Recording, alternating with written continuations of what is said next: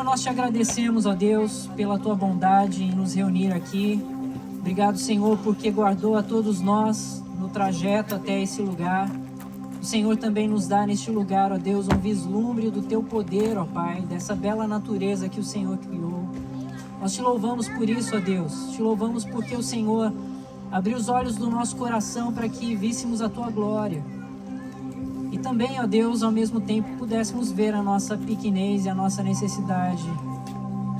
Obrigado, Senhor, porque o Senhor vê a nossa necessidade, vem até nós, fala conosco, nos transforma, ó Deus, nos muda, nos molda. E, ó Pai, eu oro para que este acampamento seja transformador. Que nós saiamos daqui, ó Deus, transformados pela tua presença, transformados pela tua palavra, transformados pelo teu amor, transformados, ó Deus, pelo teu chamado, ó Pai. Nós saímos daqui renovados, fortalecidos, dispostos a te servir mais e mais. Que o nosso coração se renda, ó Deus, diante de ti em louvor e adoração, reconhecendo quão grande é o Senhor, quão maravilhoso é o Senhor, quão bondoso é o Senhor.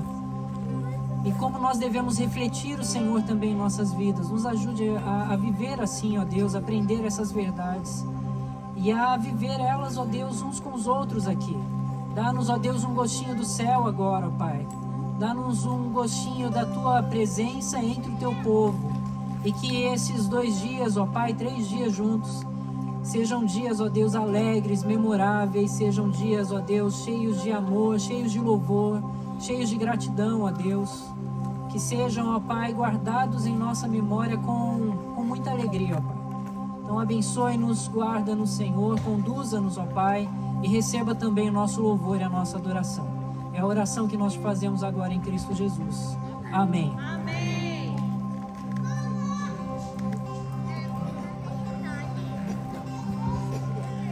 Bom, eu sei que nem todas as letras serão conhecidas por inteiro, por todos.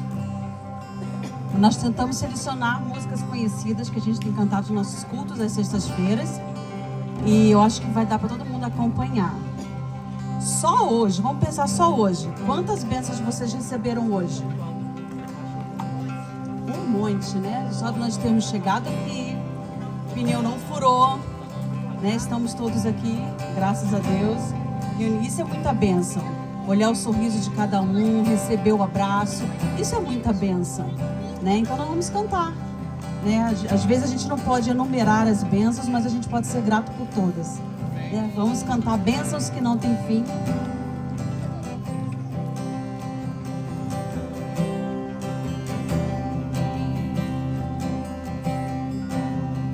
Ainda me lembro quando o milagre eu pedi, com pouca fé sim eu temi, e hoje eu posso ver. Foi muito além do meu pensar. São tantas bênçãos pra contar. 1, 2, 3. Bênçãos que não têm fim. Perco as contas e agradeço o que fez por mim. Deus, eu tenho tantas bênçãos. Posso em minha vida enxergar. Quanto mais vejo os detalhes, só bondade posso encontrar. Pai, enquanto eu viver, sempre irei me lembrar. Ainda que sejam infinitas, suas bênçãos eu irei contar. E nenhuma fase dura para sempre. E nenhuma fase dura para sempre. Por isso eu não vou me esquecer. Cada motivo que tenho pra ser grato por ter sido tão fiel a mim. Deus, eu tenho tantas bênçãos, posso em minha vida enxergar. Quanto mais vejo os detalhes, sua bondade posso encontrar. Pai, enquanto eu viver, sempre irei me lembrar, ainda que sejam infinitas, suas bênçãos eu irei contar.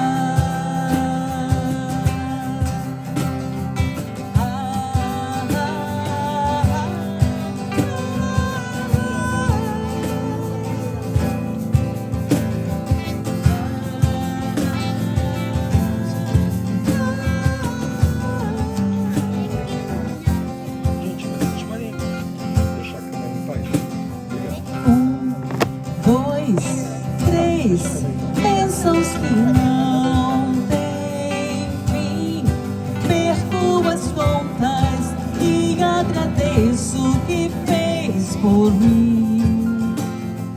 Deus, eu tenho tantas bênçãos, posso em minha vida enxergar. Quanto mais vejo os detalhes, sua bondade posso encontrar. Pai, enquanto eu viver, sempre irei me lembrar, ainda que sejam infinitas, suas bênçãos eu irei contar. Ainda que sejam infinitas, suas bênçãos eu irei contar.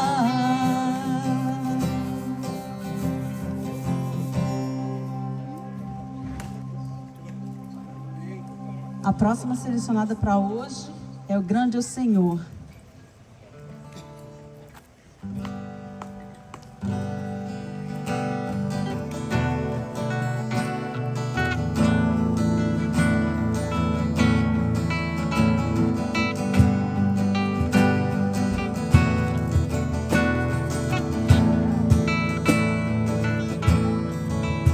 Eis a vida, eis o amor que traz luz sobre as trevas, esperança que restaura todo o coração ferido.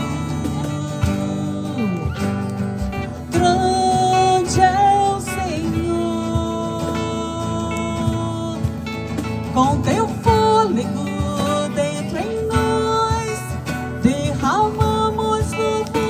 derramamos louvor com teu fôlego dentro em nós, derramamos louvor somente a ti.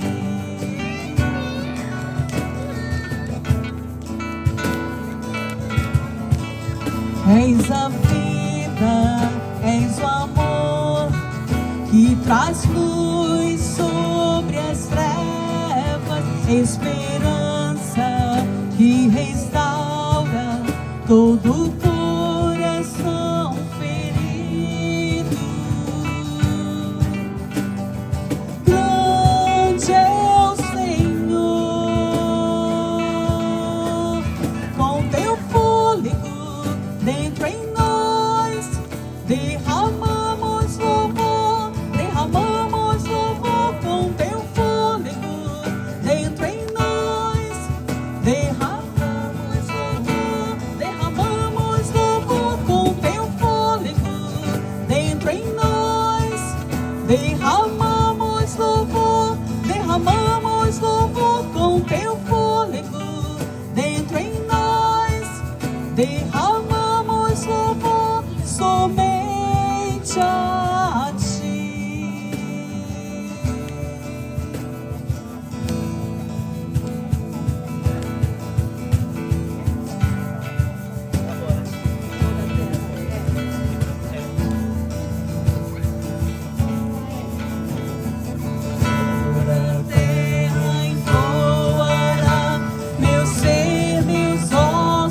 Canta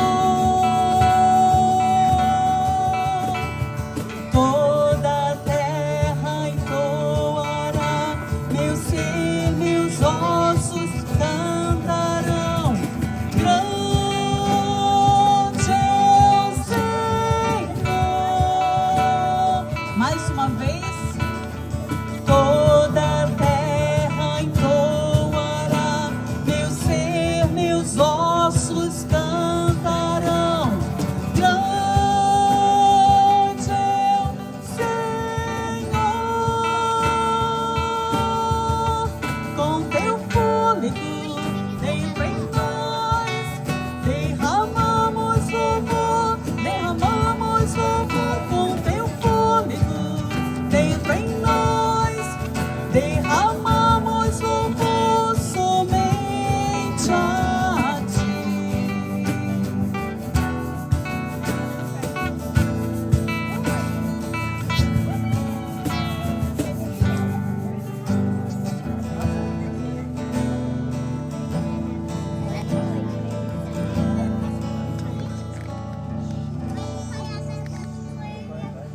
Os instrumentistas aqui estão animados, hein? Eles estão só pedindo e a gente vai cantar. Digno é o Senhor, né? A gente continua rendendo graças por tudo que Ele tem feito, principalmente pelo maior amor demonstrado na humanidade. Nós vamos cantar agora que Ele é digno de receber o teu louvor, o meu louvor, o nosso louvor.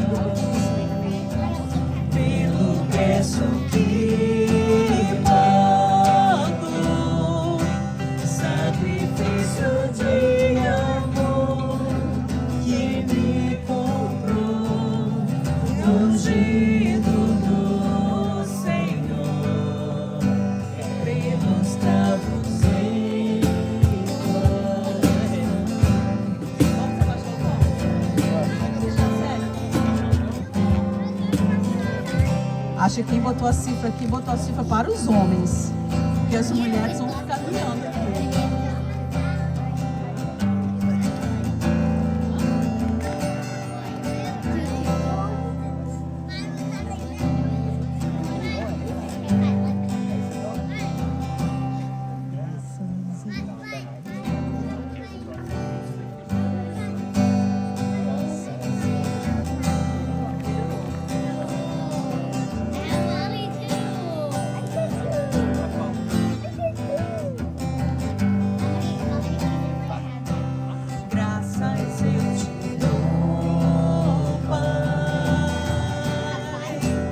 Pelo preço que pagou, sacrifício de amor que me comprou, ungidos do Senhor, pelos cravos em tuas mãos, graças eu te dou.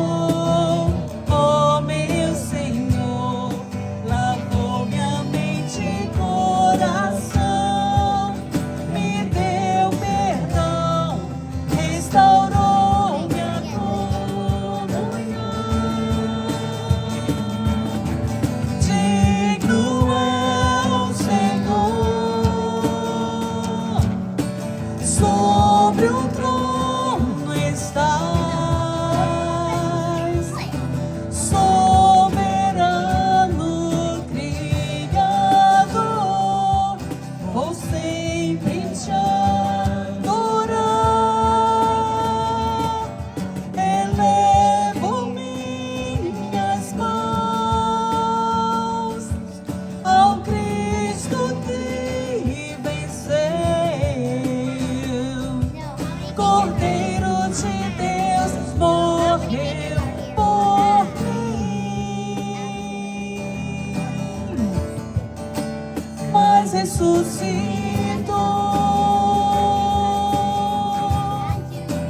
Digno é o Senhor,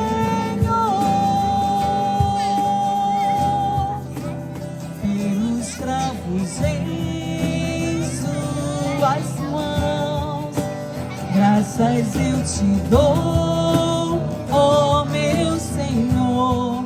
Lavou minha mente e coração, me deu perdão, restaurou minha comunhão. Digno é o Senhor, sobre o trono estás, soberano Criador.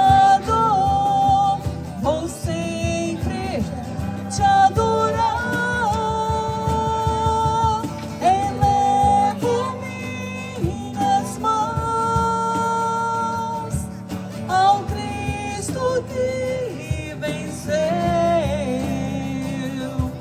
Cordeiro de Deus morreu por mim, mas ressuscitou. Digno é o Senhor,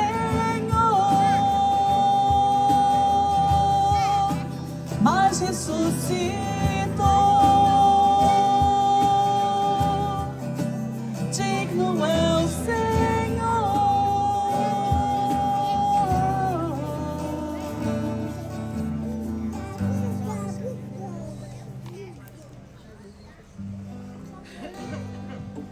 Bem, vamos orar mais uma vez. Senhor, nós te adoramos, ó Pai. Receba, ó Deus, a nossa adoração, nosso louvor, nossa gratidão, ó Deus, pelo tempo que temos juntos aqui. E agora, Pai, nós pedimos que o Senhor fale conosco pela Tua palavra, que o Senhor toque os nossos corações, ó Deus, nos mude, nos molde conforme o Teu querer e que aprendamos, ó Deus, a amar uns aos outros como o Senhor tem nos ensinado. Nos abençoe, ó Deus, assim que nós te pedimos em nome de Jesus. Amém. Amém. Amém.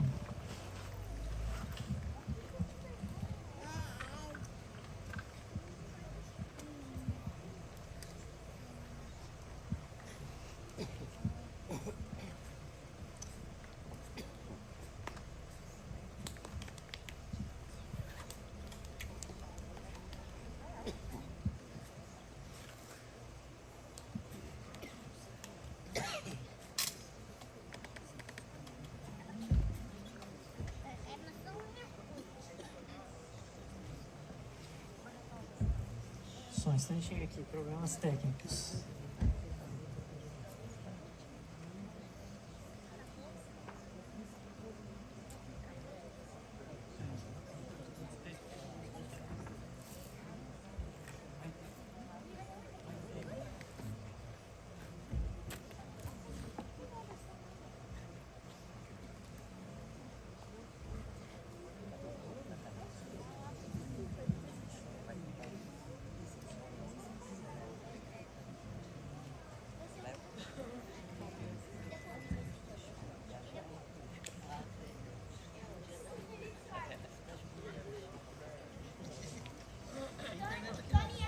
Esse é o problema. Ok. Bom, nós vamos, durante esses dias, estudar algumas mensagens que elas têm o objetivo de nos ajudar. É meio que um pedido de ajuda. Às vezes a gente tem dificuldade em amar o nosso próximo, a gente tem dificuldade com vícios, alguns tipos de vícios. A gente tem dificuldade em perdoar. E a gente tem dificuldade com algumas questões emocionais, mentais. Então nós vamos trabalhar todas essas coisas durante esses dias. Bom, a gente sabe que a vida cristã não é fácil. A vida não é fácil, de forma geral. A gente tem alguns momentos muito bons e agradáveis. Eu espero que estes nossos momentos aqui sejam um deles, mas a gente tem os nossos altos e baixos também. Há momentos que a nossa vida ela encontra os seus momentos bem baixos. E nós precisamos de ajuda então por isso. Não é por menos que o Senhor diz que enviaria o seu Espírito. E Ele chama o Espírito Santo de auxiliador, de ajudador.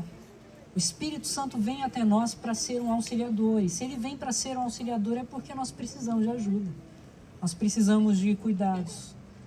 E a palavra de Deus nos guia, então, nos dá a ajuda que nós precisamos. E fortalecida pelo Espírito Santo, nós podemos, então, dar novos passos mesmo diante das nossas dificuldades. Uma das dificuldades que nós temos é, às vezes, de olhar adequadamente para as outras pessoas ao nosso redor. Dificuldade de amar ao próximo. E talvez esse momento de acampamento seja uma ótima ocasião, um ótimo momento para a gente aprender a amar pessoas. Talvez pessoas diferentes, muito diferentes de nós mesmos, quanto aos nossos gostos, quanto àquilo que nós já vivemos, quanto à nossa experiência. Mesmo que nós todos sejamos brasileiros, há diferenças culturais, há diferenças de idade, há diferenças de temperamento. E nem sempre é fácil lidar com tudo isso e amar ao próximo, como a Escritura nos ensina a viver. Mas essa é a vida cristã. Você pode, talvez, ser um bom médico sem amar seus pacientes. Você pode ser um bom advogado sem amar seus clientes. Você pode ser um bom geólogo sem amar a ciência. Mas você não pode ser um bom cristão sem amar. E a gente precisa aprender, então, a amar e amar uns aos outros, amar o nosso próximo, amar aqueles que Deus coloca no nosso caminho e nos faz enxergar como próximo. Então hoje, agora, nós vamos focar nossa atenção numa palavra bem simples da palavra de Deus, e bem conhecida também, mas que vai nos direcionar então quanto a como amar o nosso próximo, e eu me refiro a Lucas 10. Se você tem acesso aí de alguma maneira à Bíblia, Lucas capítulo 10, eu vou focar nos versos 29 ao verso 37. E essa é uma passagem bem conhecida. Ela se refere a um momento em que Jesus é questionado sobre como eu alcanço então a vida eterna. Mas esse questionamento ele não vem de um coração sincero. Ele vem de um líder religioso, de um intérprete da lei, que vai até Jesus com o objetivo de provar Jesus. E então nós temos esse homem chegando até Jesus e ele, como diz aqui o texto, eis que um certo intérprete da lei se levantou para pôr à prova Jesus e perguntou: mestre, como é que eu faço para herdar a vida eterna? Essa é uma boa pergunta, é uma ótima pergunta. Como é que eu faço para herdar a vida eterna? Talvez não haja pergunta mais importante que essa. Nós fomos criados para a eternidade, esse é o caso. Mas a questão é, como é que vai ser a minha eternidade? De que lado eu vou estar nessa eternidade?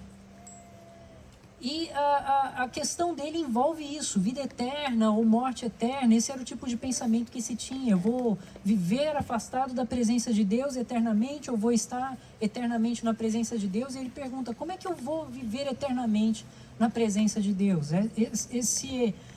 Essa é a formulação da questão que ele tem ali diante de Jesus. Mas ele tem uma questão intelectual, ele tem uma questão teológica para Jesus. Ele não está interessado de fato numa resposta transformadora para ele. O que ele quer é uma resposta teológica, é uma resposta que sustente a sua própria filosofia de vida. Ele vem até Jesus para pôr Jesus à prova. Ele quer que Jesus dê uma resposta técnica a ele, porque ele quer pegar Jesus de algum jeito com aquela resposta. E talvez a primeira lição que o texto nos traz aqui é que a gente precisa ouvir a palavra do Senhor pessoalmente. Essa é a primeira coisa que vai nos transformar. Ouvir a palavra do Senhor pessoalmente. O que eu quero dizer com isso? Às vezes você ouve uma mensagem e você fala, olha, muito boa essa mensagem, fulano deveria ouvir isso. Olha, seria tão bom se tal pessoa ouvisse essa mensagem. Ou então a gente vai, com o tempo, meio que julgando a mensagem, dizendo, olha, a mensagem aqui foi boa, mas a outra mensagem eu não gostei muito não, e tal. E a gente faz esse tipo de coisa, e que, assim, não está errado no todo, mas pode ser que isso manifeste uma inclinação para uma avaliação muito intelectual da mensagem, e pouco pessoal. Talvez você não esteja pronto para ouvir uma mensagem que venha te transformar. Você esteja pronto ali para ouvir uma mensagem onde você pode julgar o pregador, talvez você pode julgar a forma como ele apresenta o texto, se está de acordo com a sua teologia ou não. Mas nem sempre você tem o coração aberto para a mensagem transformadora que aquela palavra pode te trazer. E veja, essa era a questão daquele intérprete da lei. Ele foi até Jesus não porque ele queria uma mensagem transformadora, mas porque ele queria pegar Jesus ali, talvez num erro teológico. E eu posso dizer aqui diante dos irmãos que eu já fiz isso algumas vezes. Eu já me sentei como um julgador do pregador, sabe? De sentar e ficar observando se aquele pregador vai pregar conforme a minha teologia. Se aquela mensagem vai se adequar àquilo que eu já creio. Se aquilo vai me dar aquele conforto intelectual que vai me deixar ali tranquilo. Ou se de fato eu estou ali com o coração aberto para abrir, nem sempre eu estava daquele jeito. E talvez nem sempre você esteja desse jeito também. Pronto para ouvir, com o coração pronto para receber, para ser transformado, para ouvir aquela passagem ou aquela mensagem pessoalmente. Bom, Jesus responde para ele e diz assim, Jesus diz para ele e questiona ele, olha, o que diz a lei? E ele responde adequadamente.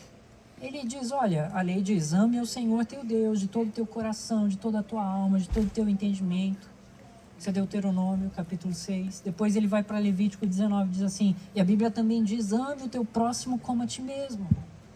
Jesus vira para ele e diz, olha, você respondeu muito bem. Vai tu e faz o mesmo. Vai tu e faz o mesmo. Mas ele não estava ali pronto para ser transformado, como eu falei. Ele quer se justificar. E ele então, querendo se justificar, ele questiona Jesus e aperta um pouco mais essa questão, dizendo, Senhor, então me diga quem é o meu próximo. Porque para ele o próximo é o judeu comum. O próximo não envolve prostitutas, não envolve gentios, não envolve pecadores. Para ele o próximo é aquele da sua casa, para ele o próximo é aquele que tem as mesmas ideias que ele, é aquele que tem a mesma cultura, os mesmos gostos, ok, esse é meu próximo. Tanto que havia entre os fariseus um dito que dizia o seguinte, olha, se você vê um gentil se afogando, não vá ajudar. Porque embora a Bíblia diga para amar o teu próximo, ele não é o teu próximo. E era um dito entre eles. Então a ideia era, olha, o próximo é aquele que é da minha família, o próximo é aquele que é da minha cultura, o próximo é aquele que não é um pecador no meio da sociedade, o próximo é alguém como eu. Justo, esse é o meu próximo, esse é que eu devo amar. Então ele esperava que Jesus limitasse para ele o escopo, para que ele então se sentisse de alguma maneira confortável em viver a vida que ele já vivia. Ele não buscava transformação, ele queria uma afirmação daquilo que ele já vivia. E veja, isso não pode ser assim contigo, isso não pode ser assim comigo. Eu preciso ter o meu coração pronto a ser transformado. Se eu quero dar passos na minha vida, se eu quero receber de fato a ajuda que Deus tem para mim, para mudar a minha maneira de agir, a minha maneira de pensar e de me relacionar com os outros, então eu preciso ter um coração aberto. Essa é a primeira coisa. Eu preciso ouvir a palavra de Deus pessoalmente. Não só filosoficamente, não só intelectualmente. Eu preciso ouvir a palavra de Deus pessoalmente. A outra coisa é que eu preciso aprender a julgar com retidão ou com precisão as coisas ou as pessoas ao meu redor. Porque no verso 30, Jesus prossegue então para contar uma história. E ele diz assim, olha, descia um homem de Jerusalém para Jericó, e este homem caiu nas mãos de salteadores, os quais depois de tudo lhe roubarem, lhe causarem muitos ferimentos, retiraram-se deixando-o semi-morto. Vocês entendem a cena? Jesus, ele conta então essa história. A gente geralmente pensa nessa história como uma parábola, a parábola do bom samaritano, mas não há nada que diga aqui no texto que é uma parábola. Talvez isso seja uma história real, uma notícia, algo que de fato aconteceu ali nos dias de Jesus. E Jesus ficou sabendo, talvez, e ele conta essa história para o fariseu. Então ele cria ali aquela história para trazer um ponto. Mas o fato é que ele tem nessa história um quadro muito claro, né? O que acontece? Jerusalém ficava a 730 quilômetros acima do nível do mar. Esse homem, ele viajava de Jericó para Jerusalém. Jericó ficava ali na região do Mar Morto, que é cerca de 394 metros abaixo do nível do mar. Então, era uma subida íngreme, uma subida de mais de 1 quilômetro para você chegar, isso, quilômetro só de subida, né? Para você chegar a Jerusalém. A distância era maior, obviamente, do que 1 quilômetro, mas eu digo que era uma elevação de 1 quilômetro, e estradas bem ali curtas. Então era fácil você ser vítima de algum assalto ali naquela região. As pessoas geralmente iam em caravana, mas este homem ia sozinho ali, se aventurou aí naquele caminho sozinho. E essa aventura não deu muito certo. Ele foi roubado, espancado, deixado semi-morto ali na poça de sangue. E Jesus continua então para contar essa história e diz que passou um homem que viu aquele outro homem semi-morto, e este homem que passou era um sacerdote. Este foi o primeiro que viu. Casualmente descia um sacerdote por aquele mesmo caminho, vindo de Jerusalém para Jericó, e vendo-o, passou de largo. Semelhantemente, um levita descia por aquele lugar e vendo-o, passou de largo. Estes dois homens viram, e eles decidiram, eles tomaram uma decisão a partir do que eles viram. Eu não sei exatamente o que aconteceu no coração daqueles homens, mas eu posso sugerir algumas coisas. O sacerdote, ele tinha uma lei sobre ele que ele não podia tocar em nada que fosse morto. Ele seria considerado imundo. Então ele usa talvez esse argumento quando vê aquele homem semi-morto. Ele pensa, olha, vai saber se aquele homem está morto ou não, eu não vou tocar nisso, eu não quero ficar imundo. E vai e passa de largo. E deixa o homem ali, o judeu, ali o seu próximo, semi-morto ali no chão. Segue direto. Depois passa um levita. E o levita, ele não tem a mesma autoridade de um sacerdote, mas ele também é um auxiliar do templo. Ele cuidava ali das coisas do templo, da liturgia do templo. Esse era um levita. E ele também vê aquele homem e não sei o que passa no coração dele, mas também passa de lado. Talvez ele veja aquele homem ali e pense que é uma armadilha, aquele homem está fingindo alguma coisa, talvez ele vai ser roubado. E então ele deixa de agir com o cuidado que deveria agir e passa de lado. A questão é que eles veem, há uma ênfase nesse verbo, né? Eles veem aquele homem. E a partir do que eles veem, eles julgam aquele homem. Eles veem com preocupação. Mas então vem um outro homem, e esse homem é um samaritano. E a Bíblia diz que os samaritanos não se davam com os judeus. Não vou contar toda a história aqui, mas você tem Saul, Davi, Salomão. Depois você tem, depois de Salomão, o reino de Israel dividido. E aí você tem o reino do norte, por Jeroboão, né? O reino do norte e o reino do sul. E os judeus ficam ali no reino do sul, mas o reino do norte começa a se envolver com algumas religiosidades estranhas, e eles fazem um bezerro ali para adorar naquela região. Eles não descem mais para a região do sul, onde ficava o templo. Então eles vão se dividindo. Eles são levados ao cativeiro pelos babilônicos, depois eles se envolvem com a religiosidade deles, e quando os judeus são libertados para voltar para Jerusalém, os samaritanos então se oferecem a ajudar os do sul, e os do sul dizem, não dá, não queremos a presença de vocês.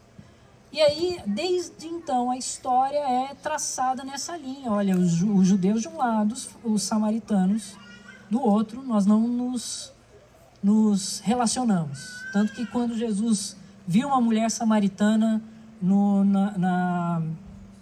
no poço ali, né, e pediu água para ela questiona, como é que, sendo tu judeu, vem a mim, mulher samaritana, e me pede água?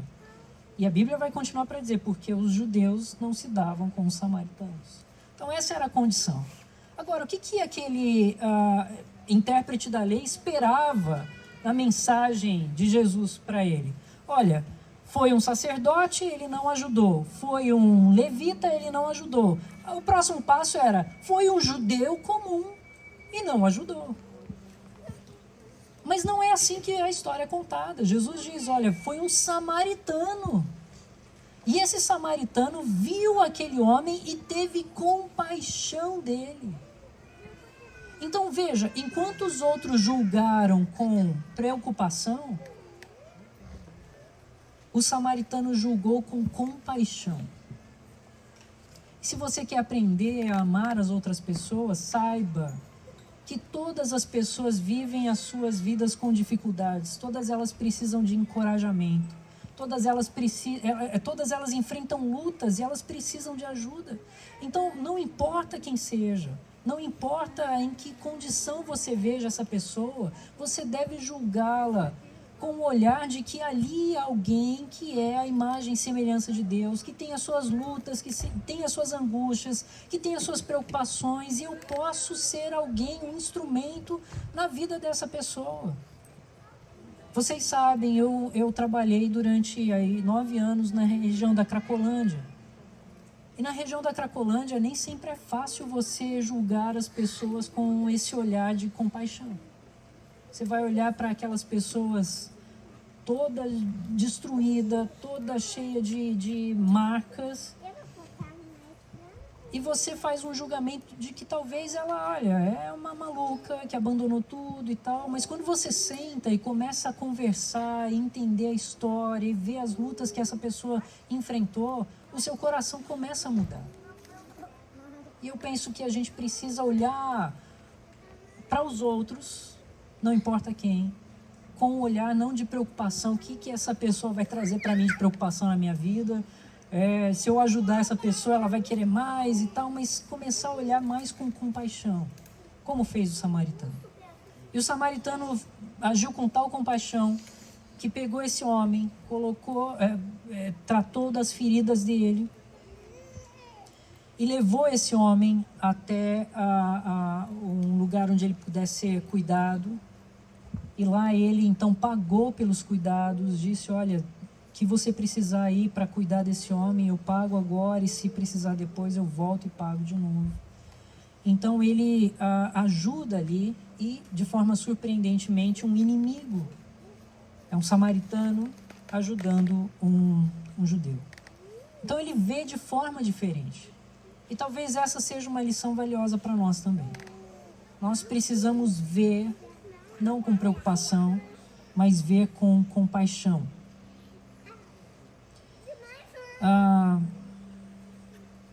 Na continuidade do texto, Jesus então questiona, e aí eu vou encerrar minha mensagem. Jesus questiona: qual destes 3 te parece ter sido próximo do homem que caiu nas mãos dos salteadores? E o homem responde. O intérprete da lei diz: o que usou de misericórdia para com ele. Jesus então, ele vai à frente e diz: então vai tu e procede de igual modo. Vai tu e procede de igual modo. Vá e faça isso. E o que a Bíblia vai nos ensinar então a não só olhar de forma diferente, mas a agir também imediatamente. Agir. Vá tu e faça o mesmo. A forma como Jesus coloca isso é uma ação contínua. Vai tu e continue fazendo isso. Faça isso o tempo todo. E não faça isso somente com aqueles que te são agradáveis, com aqueles que preenchem a tua lista de requisitos. Se a pessoa é sorridente, se a pessoa é querida, se a pessoa é agradável, então eu marco o cheque e ok, eu vou amá-la. Não. Aqui a história nos conta de uma relação entre um homem que era considerado inimigo e que foi lá e ajudou o outro e que amou o próximo. E o que Jesus nos chama a fazer é isso. Se você quer aprender a viver a vida cristã, vá tu e faça o mesmo. E não faça com que as pessoas preencham uma lista de check-in para que então você haja da forma como você deve agir. Você precisa ir e fazer o mesmo. Amar. amar o teu próximo. Seja um herói na vida da outra pessoa. Como eu falei, todos nós passamos por lutas, todos nós passamos por dificuldades, todos nós passamos por altos e baixos. E todos nós precisamos de encorajamento, precisamos de auxílio. E todas as pessoas precisam disso. Não só nós mesmos, mas os outros precisam. E a Escritura nos chama, então, a servir uns aos outros, sendo nós mesmos os heróis na história um do outro, nos momentos de necessidade. Então, se há alguma coisa valiosa para a gente aprender aqui nesse período de acampamento, é aprender a amar ao outro. A amar pessoas que são diferentes da gente. A amar pessoas que estão ao nosso redor, são próximas, mas não necessariamente preenchem todos os requisitos dos meus gostos pessoais. Mas preenche o requisito que o Senhor estabeleceu. Qual é? Que é próximo. Ele passou por mim. Ele está próximo. Ele está ao meu redor. Então eu devo amá-lo. Vá tu e faça o mesmo. Então que o Senhor nos dê esse coração para a gente não ficar olhando só com preocupação, mas a gente olhar uns aos outros com um olhar de compaixão, assim como o samaritano fez com aquele judeu, assim como o Senhor Jesus fez com todos que passaram ao seu redor. E veja, talvez isso te alivie um pouco. O amor que Jesus ensina, ele não necessariamente envolve gostar. Jesus certamente não gostava dos fariseus, mas ele amou aqueles que passaram à sua frente, amou a todos que cruzaram o seu caminho. Ele amou com esse amor de atitude, esse amor de compromisso. E nós somos chamados a fazer o mesmo, de amar com atitude, de amar seguindo em frente, de amar com um olhar de compaixão, de amar agindo. Vá e faça o mesmo. Eu preciso agir para isso. Vá e faça o mesmo. Que Deus nos dê graça para que nesses dias, juntos aqui, nós possamos amar uns aos outros. Treinar esse amor para que fora daqui, num ambiente talvez um pouco menos alegre, um pouco menos divertido, talvez no seu ambiente de trabalho, no seu ambiente, de escola, de estudo. Nós vamos treinar aqui para amar lá fora também.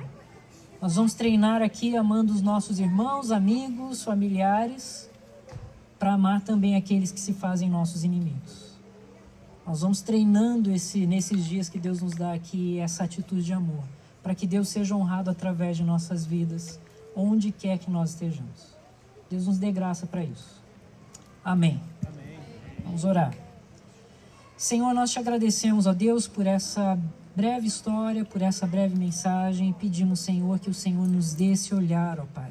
Primeiro nos ensine, ó Pai, a enxergar a Tua palavra como ela deve ser enxergada. Que ela seja uma mensagem transformadora. Assim, ó Deus, que todos nós que ouvimos agora essa mensagem, possamos dizer para nós mesmos, essa mensagem é para mim. E assim, ó Deus, com o coração aberto a essa transformação, que o Senhor nos dê, ó Deus, um olhar, ó Pai, adequado para as outras pessoas. Que nós olhemos com compaixão uns aos outros, ó Pai. E que não só isso, ó Pai, nós também possamos agir na vida uns dos outros, sendo, ó Deus, um instrumento do Senhor, auxiliador, um instrumento do Senhor, ó Deus, de bênção na vida daqueles que estão ao nosso redor. Que o Senhor nos dê aqui o privilégio, a honra, ó Pai, de treinar esse amor entre nós. Para que então, ó Deus, nos momentos de dificuldade, nos momentos em que nós somos confrontados, ó Pai, nós possamos amar também os nossos inimigos. Nos ajude, Senhor, nos dê graça, ó Pai, nos encha com o Teu Espírito auxiliador e que através do Teu Espírito, que nos enche de todo auxílio, nós possamos de fato cumprir o Teu chamado de amar uns aos outros, amar ao nosso próximo, como o Senhor nos ensina na Tua palavra. Nós queremos Te amar antes de tudo, ó Deus, mas queremos amar também aqueles que o Senhor colocar no nosso caminho. Nos ajude com isso, ó Deus, nos dê graça, ó Pai, nesses dias que este amor floresça entre nós, ó Deus, e que nós vejamos a alegria do Senhor nos rondando. Nós oramos em nome do nosso bendito e Senhor e Salvador Jesus, aquele que nos ama com um amor infinito, um amor da cruz, o amor, ó Deus, que nos trouxe a salvação. Que este amor, ó Deus, seja refletido em nossas vidas. No nome dele é que nós oramos. Amém. Amém. Amém. Ok. Agora eu passo a palavra à Laura.